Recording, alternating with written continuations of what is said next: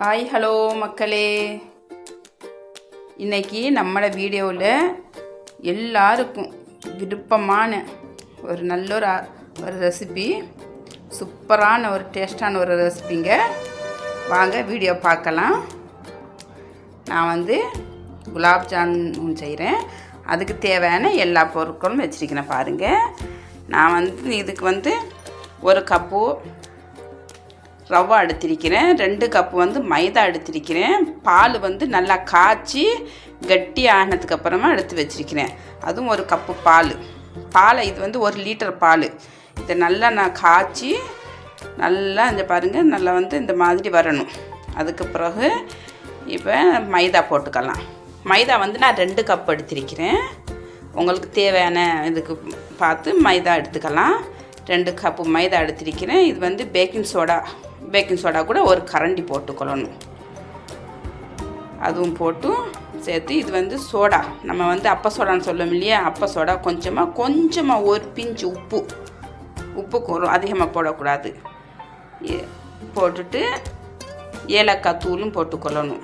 கொஞ்சமாக சும்மா இனிப்புக்காக சீனி கொஞ்சமாக ஒரு 2-3 கரண்டி சீனி போட்டுக்கிட்டு எல்லாம் நல்லா கலந்துடணும். நல்லா கலந்ததுக்கு பிறகு நான் ஒரு சின்ன கப் மைதா, மைதா இல்லை, இந்த சூஜி எடுத்திருக்கிறேன், ரவா எடுத்திருக்கிறேன். அது கொஞ்சமாக போட்டுக்கொள்ளணும். மைதாவோடு சேர்த்து கொஞ்சமாக அதுவும் போட்டு அதையும் சேர்த்து கலந்து கொள்ளணும். நல்லா பிசையணும். நல்லா நசிச்சு நல்லா பிசையணும். இதை எவ்வளோத்துக்கு பிசைகிறோமோ அவ்வளோத்துக்கு இது நல்லா மெதுவாக நல்லா வரும்.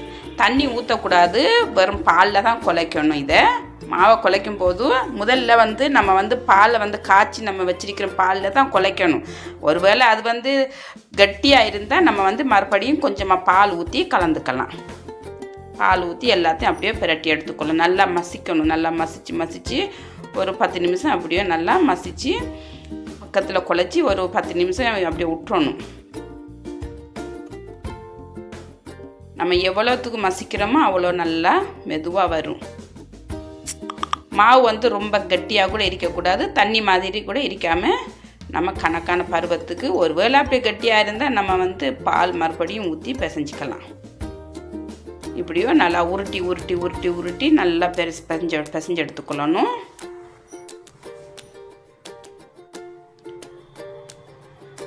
இதுக்கு வேணும்னு சொன்னால் நம்ம பால் பொடி இருந்தால் கூட, நம்ம பால் பவுடர் இருந்தால் கூட நம்ம போட்டுக்கலாம்.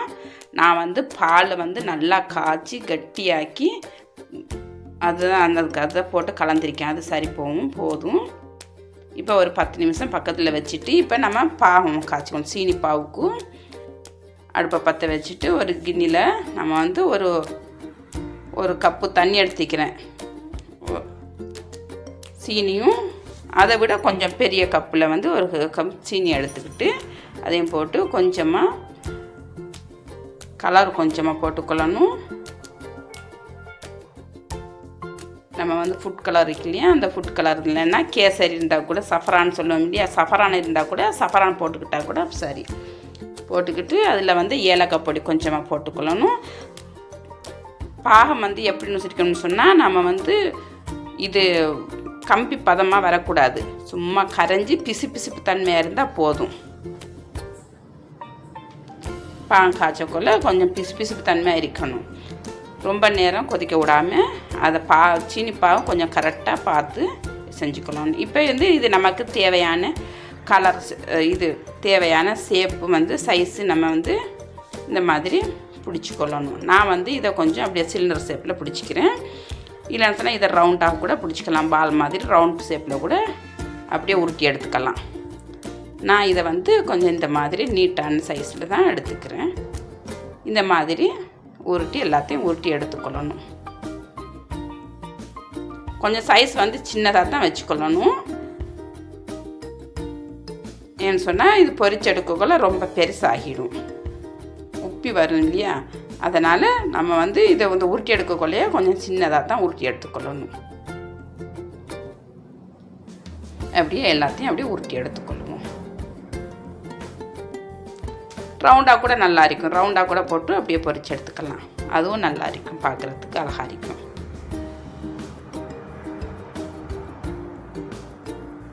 நல்லா ருசியாக இருக்குங்க. ஜூஸ் இதே மாதிரி செஞ்சு சாப்பிட்டு பாருங்கள், சூப்பராக இருக்கும். நம்ம வீட்டில் யார் விரும்பி சாப்பிட மாட்டாங்க இந்த ஸ்வீட்டை வந்து. குலாப் ஜாமுன் சொன்னால் விரும்பி சாப்பிடாதவங்களே இல்லை. குழந்தையிலேருந்து பெரியவங்கலேருந்து எல்லோரும் விரும்பி சாப்பிடக்கூடிய ஒரு ரெசிபி தான் இது. நல்ல ஒரு ஸ்வீட் இது. இப்போ அதை பொரிச்சு எடுத்துக்கொள்வோம். நம்ம பொரிக்கிறதுக்கு தேவையான எண்ணெயை ஊற்றிக்கிட்டு ஒன்றா அப்படியே போட்டு பொரிச்சு எடுத்துக்கொள்ளணும். கொஞ்சம் நெருப்பை வந்து மீடியமில் தான் இருக்கணும். மீடியமில் தான் வச்சுக்கொள்ளணும். லோ ஃப்ளேமில் தான் இருக்கணும். ரொம்ப அதிகமாக கூட நெருப்பை வந்து குறைச்சி வைக்காமல் கூட்டியும் வைக்காமல் கொஞ்சம் மீடியமில் இருந்து வச்சு பொரிச்சு எடுத்துக்கொள்ளணும்.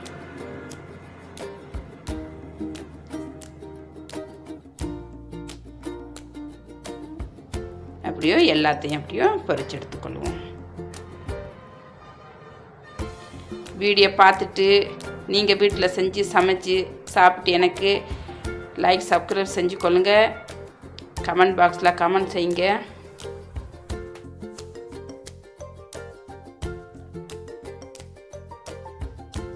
அப்படியோ எல்லாத்தையும் பொரிச்சு எடுத்துக்கொள்வோம்.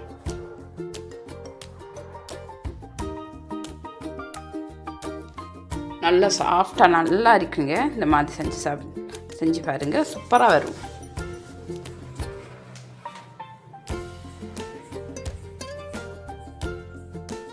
இன்னும் கொஞ்சம் நேரம் அப்படியே கலர் கொஞ்சம் டார்க் ஆகணும்.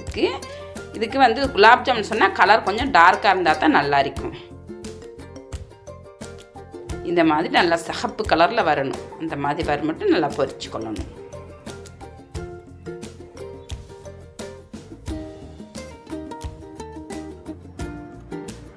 அவ்வளோதாங்க. இப்போ வந்து சீனி பாவுரிக்கு தானே அந்த சீனி பாவை மேலால் போட்டு இதை ஒரு மணித்தாலும் அப்படியே ஊற விட்டுறணும். அப்படியே ஊறதுக்கு பிறகு திருப்பி நான் காட்டுறேன் பாருங்கள் எப்படி வந்திருக்குன்னு சொல்லி. இதை ஒரு மணித்தாலும் 2 மணித்தாலும் பக்கத்தில் அப்படியே வச்சிடணும். பாருங்கங்க எவ்வளோ அழகாக இருக்குது, பார்க்குறதுக்கும் மின்னு இருக்குது இல்லையா, சூப்பராக இருக்குங்க. இதை அப்படியே ஒரு மணித்தாலத்துக்கு அப்புறமா திருப்பி காட்டுறேன் பாருங்கள். நல்லா சாஃப்டாக நல்லா ஜூஸி ஆகிட்டு பாருங்கள். சீனி பாவெல்லாம் நல்லா உறிஞ்சிடுச்சு. அவ்வளோதான்.